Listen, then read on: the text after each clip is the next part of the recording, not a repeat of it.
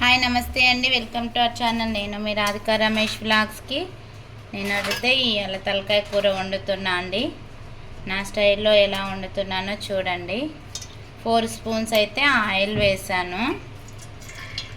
First అయితే ఉడకబెట్టుకొని వండుతారు, కానీ నేను పోపునేసే ఇంకా వండుతానండి. డబల్ పని ఎందుకని.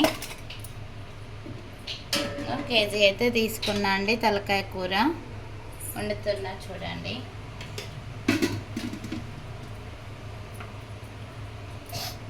ఉడకబెట్టి కూడా వండొచ్చులే, కానీ ఇంకెందుకు అంత పెద్ద ప్రాసెసింగ్ అని ఇలా ఈజీగా అయిపోతుంది.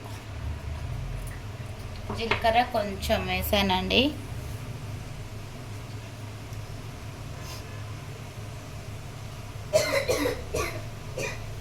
అన్ని పోపునే వేస్తున్నా. ఆనియన్స్ అండి,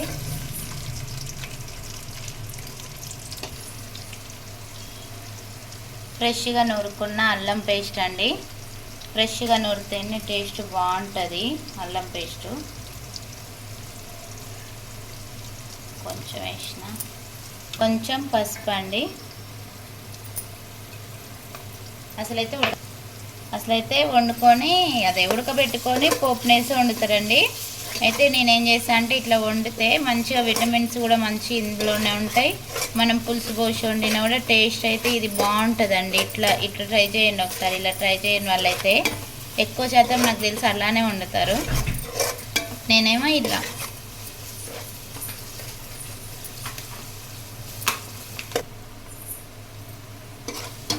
చూసారా అండి, ఇవి కొంచెం మగ్గితే చాలు. మరి బ్రౌన్ కలర్ ఏమొద్దు, అంటే నల్లగా ఏం ఆడొద్దండి. మా ఆనియన్స్ ఏగినాయి, అల్లం కూడా పచ్చివాసన అయితే పోయింది. ఇప్పుడు ఇందులో ఈ తలకాయ కూర వేసుకుందాం. చూడండి, ఇలాంటి కలుపుకోవాలి. మనం ఇందులో వేసారు తీయాలని అనుకుంటే ఉడికి కారం వేసే ముందర తీసుకోవాలండి. చిన్న పిల్లలకు కారం తినని వాళ్ళు ఉంటారు కదా, మంచిగా ఇంత తీసుకొని ఉప్పు కలుపుకొని తినిపించాలి పిల్లలకి. తాపియొచ్చు కూడా, కానీ నేను మనకంటకైతే చిన్నప్పుడు ఏం చేసేదాన్ని అంటే ఇంకా లైట్గా కారం వేసి అట్లా తినిపించేదాన్ని అండి అన్నంలో కలిపి.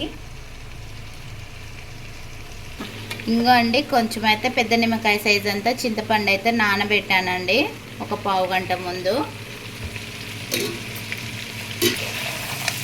అయితే వాటర్ పోసుకుందాం. కొన్ని మరిన్ని వాటర్ పోసుకోవాలండి, ఎందుకంటే మనం తీస్తాం కదా షురగా.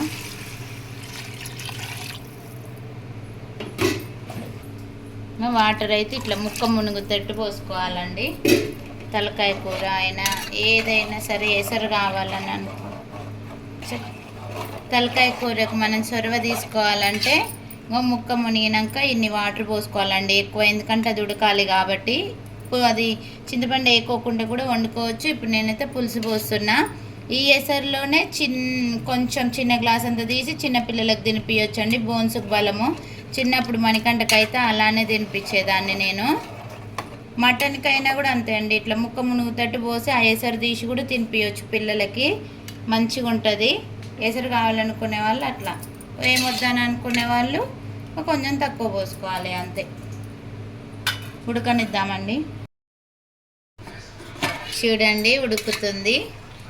ఒక ½ అన్ అవర్ మాత్రం ఖచ్చితంగా ఉడకాలి. ఇది ఉడికిందానికి ఉడకబెట్టాలండి. ఉడకలేదు, ఉడకనిద్దాము.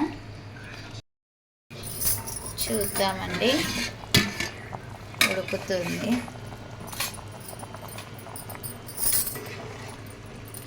చూడండి,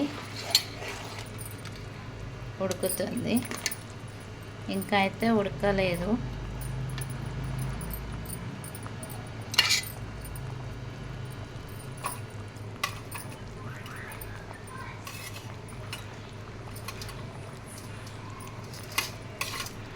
ఉడకాలండి.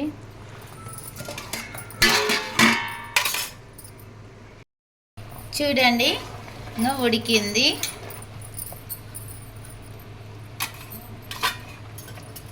మంచిగా ఉడికిందండి. ఇది ఉడికిందని తెలుసుకోవడం కోసం ఒక ముక్క తీసుకొని కొంచెం మెత్తడిది తీసుకొని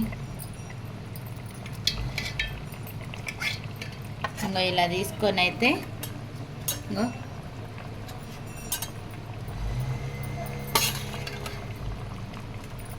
ఊకనే తునిగిందండి. మళ్ళీ అది మనం పులుసు పోసినాక ఇంకా మంచిగా ఇక మెత్తగా అవుతుంది. మరి గూజు గూజు అయినా కూడా గంటతో అనలేని వాళ్ళు నేను చూపిస్తాను అండి. ఇంకో ఇట్లా వాటర్ పోసుకొని వాటర్లో ఇక ఇట్లా అనాలి. చూడండి విడిపోయింది, ఉడికింది. ఇంకో 2 చేసిన ఉడికింది.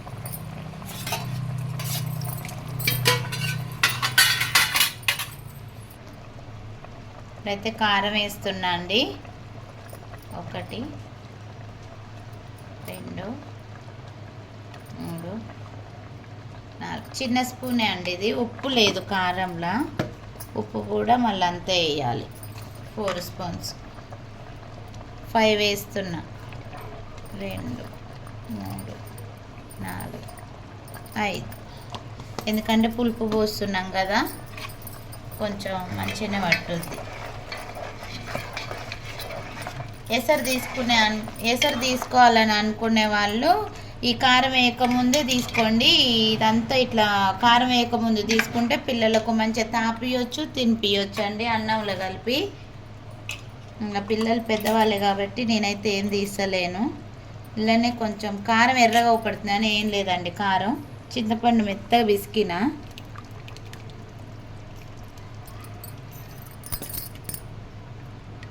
మంచిగా ఉంటుందండి, బలం పిల్లలకి చాలా.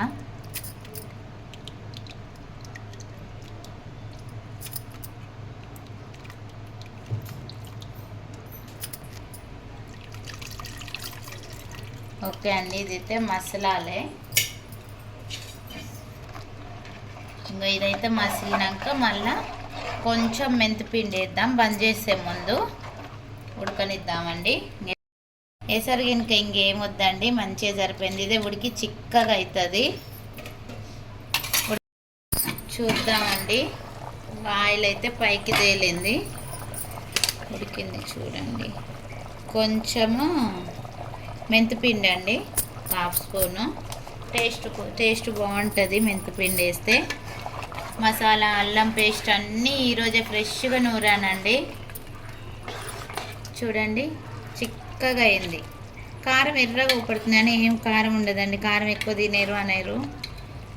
చూడండి కొత్త కారం కదా. మసాలాలనే ఓల్ గరం మసాలా మొత్తం వేసి దంచానండి. 1 స్పూన్ అన్నారా. కొంచెం నీచు కూర కదా, మసాలా కొంచెం మంచిగా ఉంటేనే టేస్ట్ బాగుంటుంది.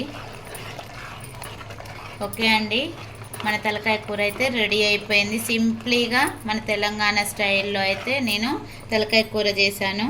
మీకు ఎలా అనిపించిందో మీరు కూడా ట్రై చేసి కామెంట్ బాక్స్లో కామెంట్ చేయండి. లైక్ చేయండి, షేర్ చేయండి, సబ్స్క్రైబ్ చేసుకోండి తప్పకుండా. వీడియో మొత్తం చూసినందుకు ధన్యవాదాలు. Thank you.